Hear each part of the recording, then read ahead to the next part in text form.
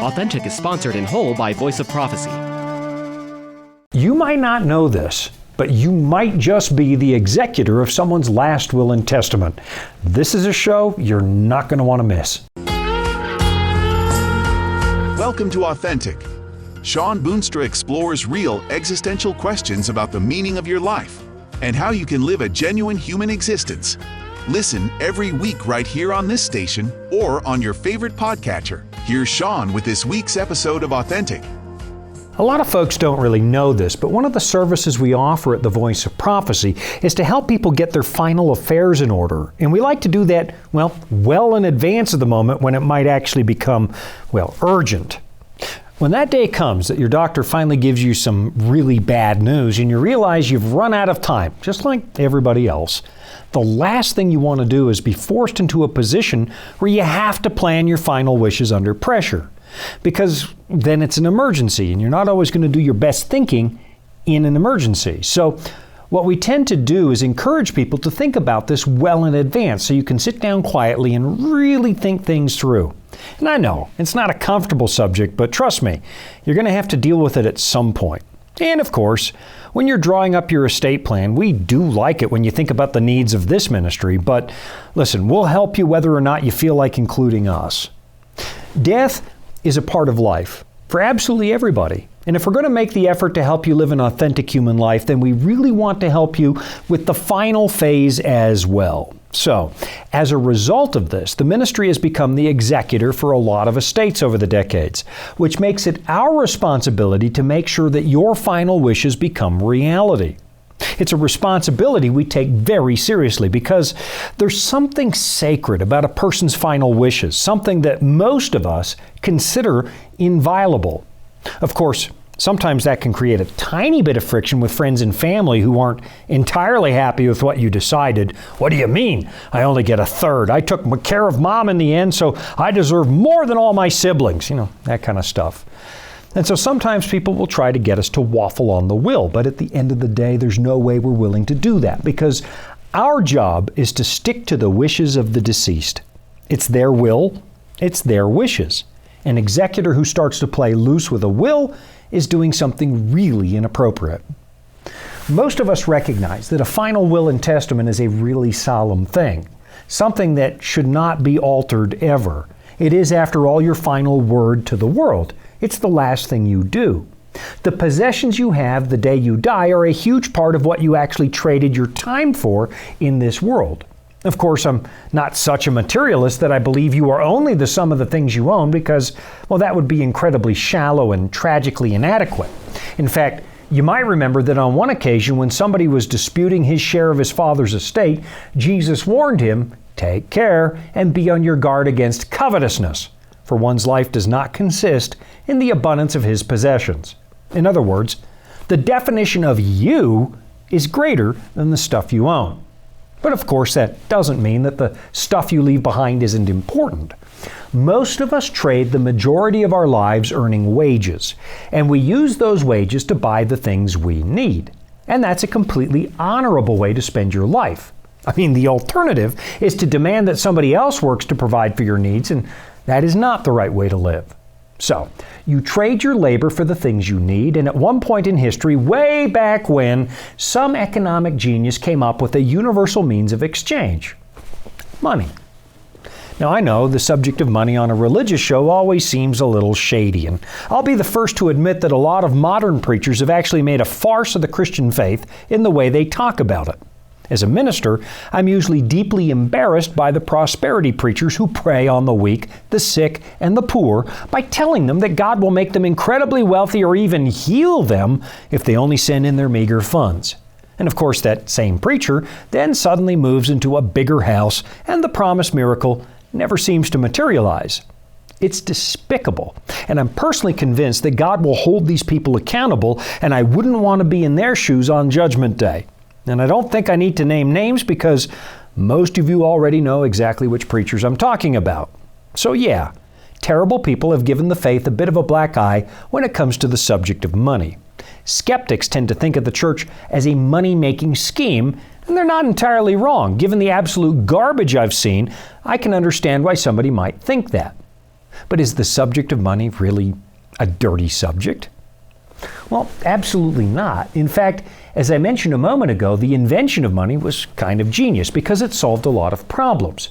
It created a lot of problems too, but at the end of the day, it was a pretty good idea. I mean, let's just think about it. Let's say that I raise chickens and my chickens lay a lot of eggs. In fact, they lay more eggs than I can use. So here I am, I'm egg rich, but I'm shelter poor. So I approach some guy who owns a sawmill and I say, look, I'd like to trade some of these eggs for some of your lumber. And because he doesn't have enough food, he makes a deal. But what would happen if the guy said, I don't want your eggs, I got lots to eat? Well, then what am I supposed to do? Well, maybe I go looking for a seamstress and I offer to trade eggs for clothes and she agrees. Now, I don't need clothes, but the guy at the sawmill does, and now I have something he wants and we can cut a deal.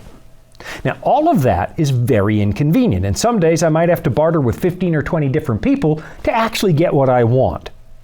The invention of money solved that problem. Suddenly, we had a universal medium of exchange, something that everybody can use, and it eliminates the need for a whole bunch of unnecessary effort. But of course, the big question, is money evil? A lot of people think so, but not according to the Bible. According to Scripture, money is a brilliant tool if you put it in the hands of decent and honest people. And I know what some of you are thinking. Doesn't the Bible say that money is the root of all evil? Well, no, it doesn't. Here's what it actually says in Paul's first letter to Timothy, where he writes, "For the love of money is a root of all kinds of evils. It is through this craving that some have wandered away from the faith and pierced themselves with many pangs." Now, history teaches us that Paul was absolutely right. Loving money can cause a world of hurt, and given the way that a lot of religious hucksters have taken it upon themselves to get rich off the gospel, perverting the teachings of Christ for personal gain, well, Paul's passage pretty much speaks for itself. And God alone knows how many people have been hurt as these shysters operate. But now I'm kind of digressing a little from where we started. We were talking about your last will and testament and the fact that most people consider these things to be solemn and sacred. Most of us instinctively know you're not supposed to mess with somebody's will. And after years of watching some families go to war, I'm convinced that even some of the most combative, self-centered people somehow realize under all their vitriol that what they're doing by contesting a will is wrong. A person's final wishes are not a trivial matter. After all, what someone leaves behind is a congealed life. Their possessions, at least in part, is what they exchange their time on earth for. It's more than just stuff. It's a snapshot of who that person was. For example, if it's a house, then you know this person exchanged his or her life to build a home. It was important to them. If it's a library, which is about the only thing I'm ever going to leave behind, you know they prized learning. If it's money, it's another way to keep their influence alive after they're gone. It becomes an extension, a way to do something good one last time. Honestly, if you agree to be somebody's executor, it's going to be one of the most solemn responsibilities you'll ever have. And wouldn't you know it? There's a sense in which you are already somebody's executor. And I'll be right back after this to explain it. Life can throw a lot at us. Sometimes we don't have all the answers. But that's where the Bible comes in. It's our guide to a more fulfilling life. Here at the Voice of Prophecy, we've created the Discover Bible Guides to be your guide to the Bible. They're designed to be simple, easy to use, and provide answers to many of life's toughest questions. And they're absolutely free. Sign up at BibleStudies.com today and start your journey of discovery. This is Authentic with Shawn Boonstra and the Voice of Prophecy. Most of you are at least a little bit familiar with some of the words Jesus spoke the night before his crucifixion, found in Luke chapter 22. It says, "And he took bread, and when he had given thanks, he broke it and gave it to them, saying, 'This is my body, which is given for you. Do this in remembrance of me.' And likewise the cup after they had eaten, saying, 'This cup that is poured out for you is the new covenant in my blood.'"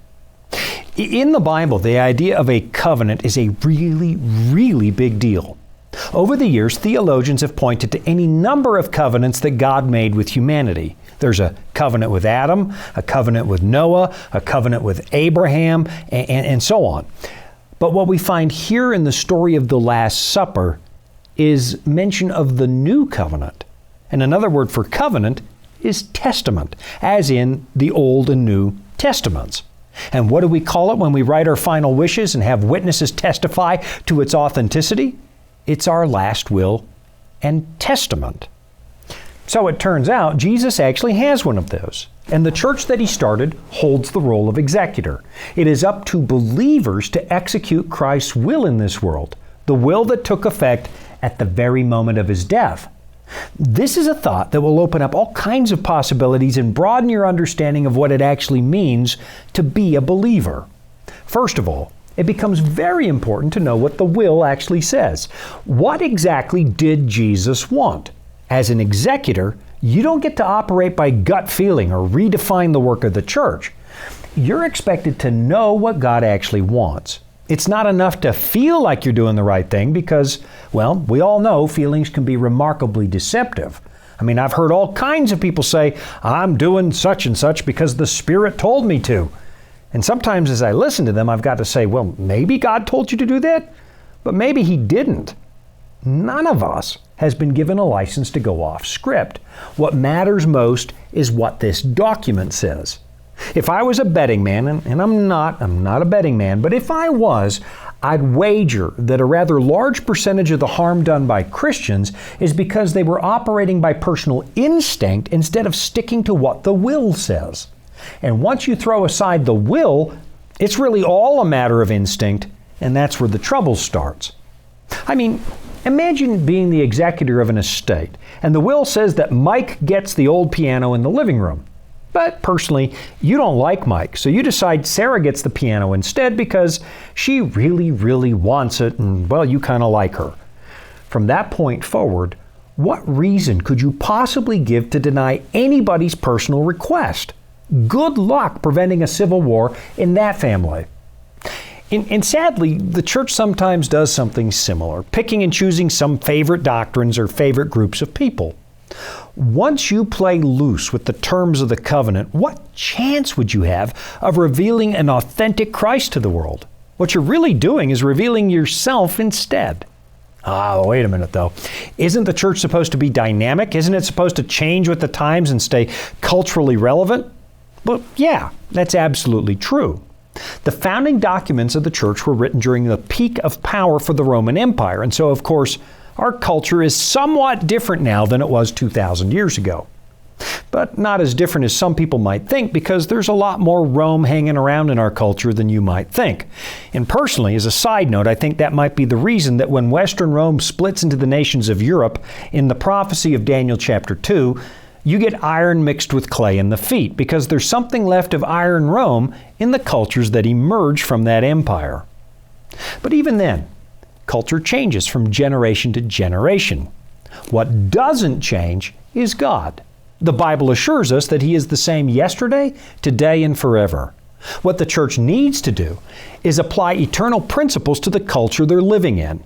And that's when the hard work begins. It's one thing to say, I guess this part of the Bible is no longer true, but it's a much different thing to say, how is this part of the Bible true given our current circumstances? Because the terms of the covenant do not change. Now, do I have any biblical proof for that? Well, yeah, I do.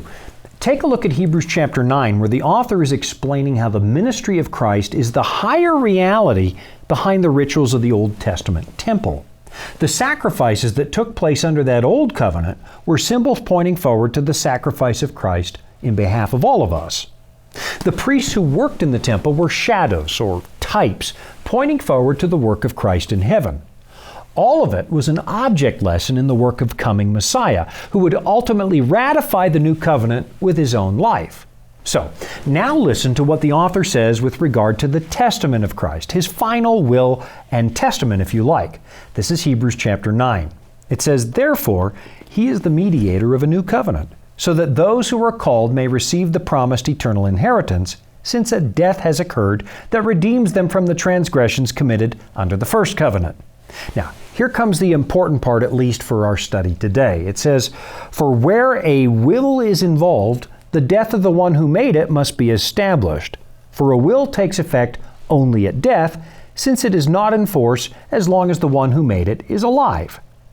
What the author's telling us is that the new covenant was ratified or took effect at the moment of Christ's death. It's really a lot like your will and testament if you think about it.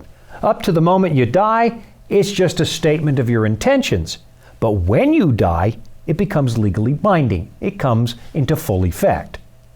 And of course, once the author of the covenant dies, you really can't change it anymore. It's permanent. That's why the job of executor is so very solemn. There's no going back. There are no changes once the testator or the author of the will actually dies. And again, you find this principle taught in the Bible. Listen to what Paul says in his letter to the church in Galatia. To give a human example, brothers, he writes, even with a man-made covenant, no one annuls it or adds to it once it has been ratified. Now the promises were made to Abraham and to his offspring. It does not say, and to offsprings, referring to many, but referring to one, and to your offspring, who is Christ. Now, there's an awful lot of information packed in that little statement, and maybe one of these days we should just start working our way through the whole book of Galatians, because it's easily one of the trickiest letters that Paul ever wrote. The metaphors he chose to use have caused a lot of misunderstanding in some circles. And I've seen a bad reading of Galatians produce some, really bad theology. But for now, let's just focus on the way that Paul says that God's will and testament are completely irrevocable. Once the testator dies, you're not allowed to change it. And that should make Christians very careful before they decide that something in the Bible no longer applies in the modern world. Cultures change, yes they do, but the will of God does not. And that brings me right back to the concept of covenants, but there's something else that doesn't change, and that's the clock on the wall here in the studio. So hang tight, I'll be right back after this. Got kids? Get Discovery Mountain, a free weekly audio adventure to build their faith. Discovery Mountain! It's a place where the air is clear, so clear you can almost hear your imagination. A world of Bible-based wonder for kids everywhere to grow their faith and get closer to Jesus Christ. Discovery Mountain, free weekly content that'll inspire and engage. Listen anywhere you get your favorite podcasts or at discoverymountain.com. This is Authentic with Shawn Boonstra and the Voice of Prophecy. All right, just before the break, I told you there was a clock on the wall, and my crew called me a liar when we went to break, because it is not in fact on the wall. It is standing on a stand near the wall. All right, that aside, many years ago, I was invited to visit this guy because he was struggling to understand the Bible. He'd been asking me about the role of the Ten Commandments in the life of the Christian. He'd been hearing from somebody that the Ten Commandments no longer applied to believers after the cross of Christ, and he found that kind of confusing. Because after all, the Ten Commandments appear to be evergreen, universal principles. If committing adultery or murdering was wrong before the death of Christ, surely it's still wrong afterwards. And that's true. If you've got an unchanging God, what He says is wrong is always going to be wrong. Because if you really examine what the Bible teaches, you'll discover that the moral principles espoused in those commandments are really a description of God's own character. When it tells you that murder is wrong, what it's telling you is that God values life. When it says that stealing is a sin, it's a reminder that God values things like honesty and personal dignity. Those commandments are a picture of God Himself. But sometimes we get confused because some modern Christians have stopped reading the entire Bible.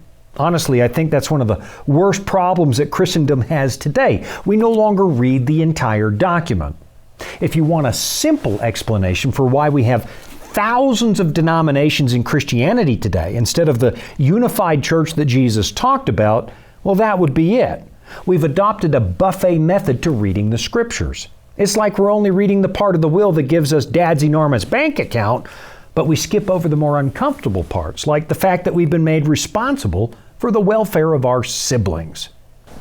The passage my friend was curious about came from the book of Colossians. I'll read this from the Old King James Version because that's where some of the confusion actually comes from. Here's what it says in Colossians chapter 2.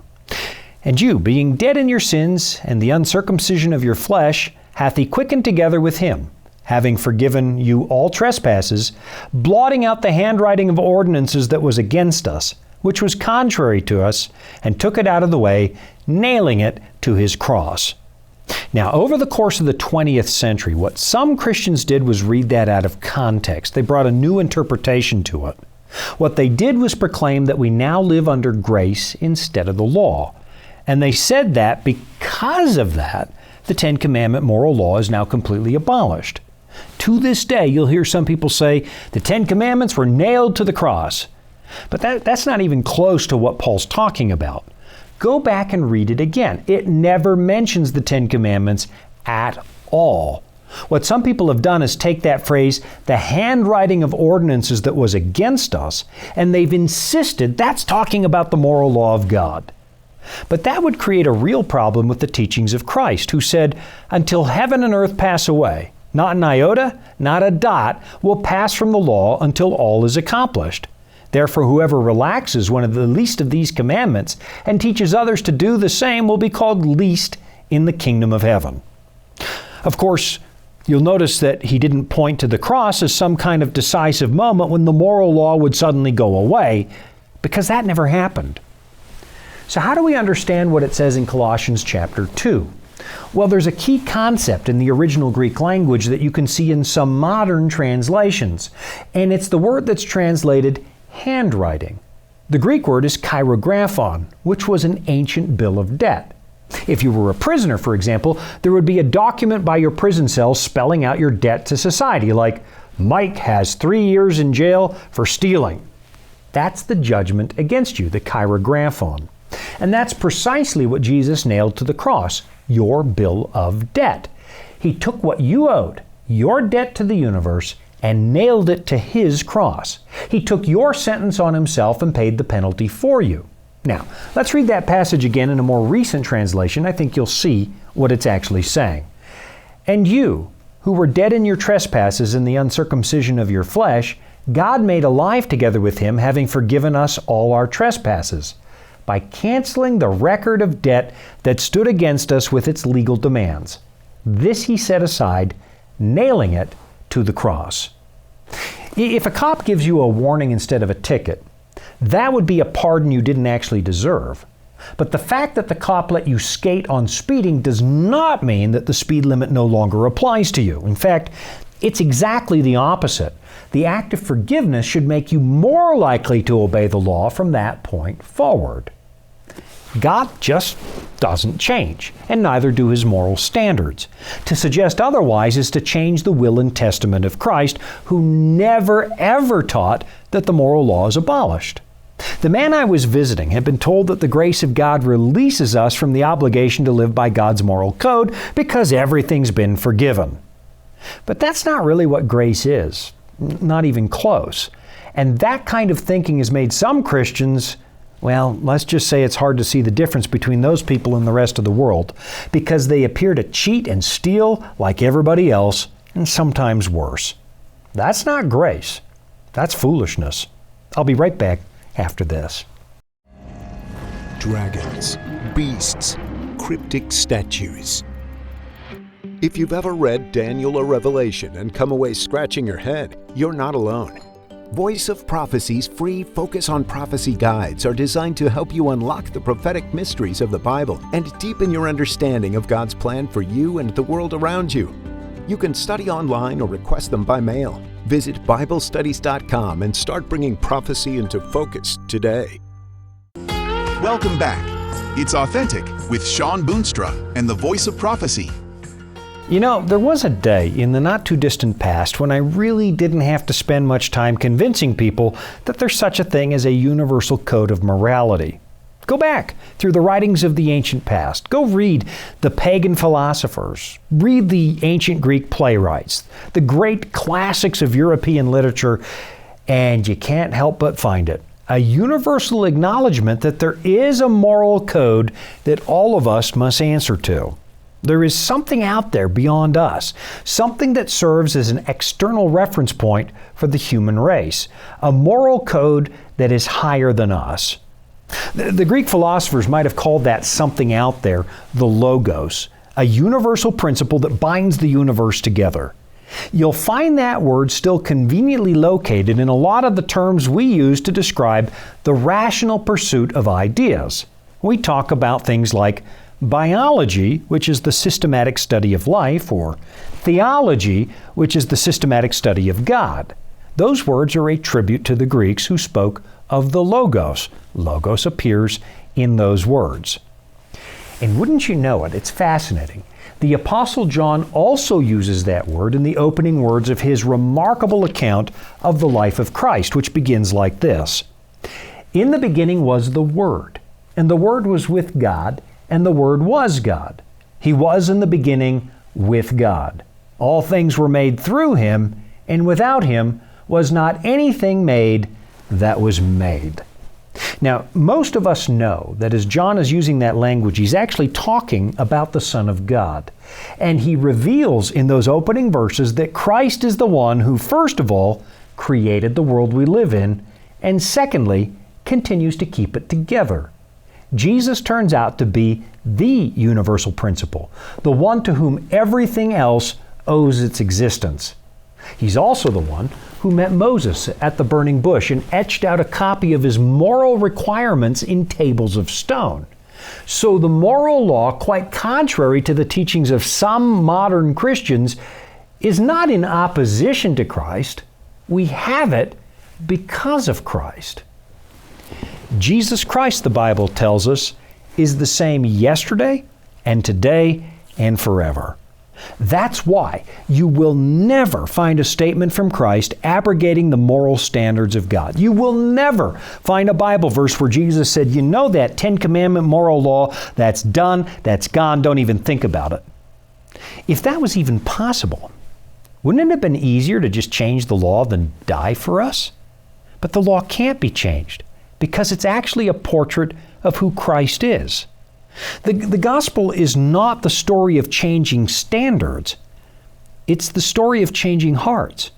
It's the story of forgiveness. It's the story of restoration. It's the story of a God who doesn't change, changing us. And that is the will and testament of Christ, to let the world know that He's made it possible to come back home without ever having to compromise who He actually is. Now you have the responsibility to go out there and be a faithful executor of the last will and testament of Christ.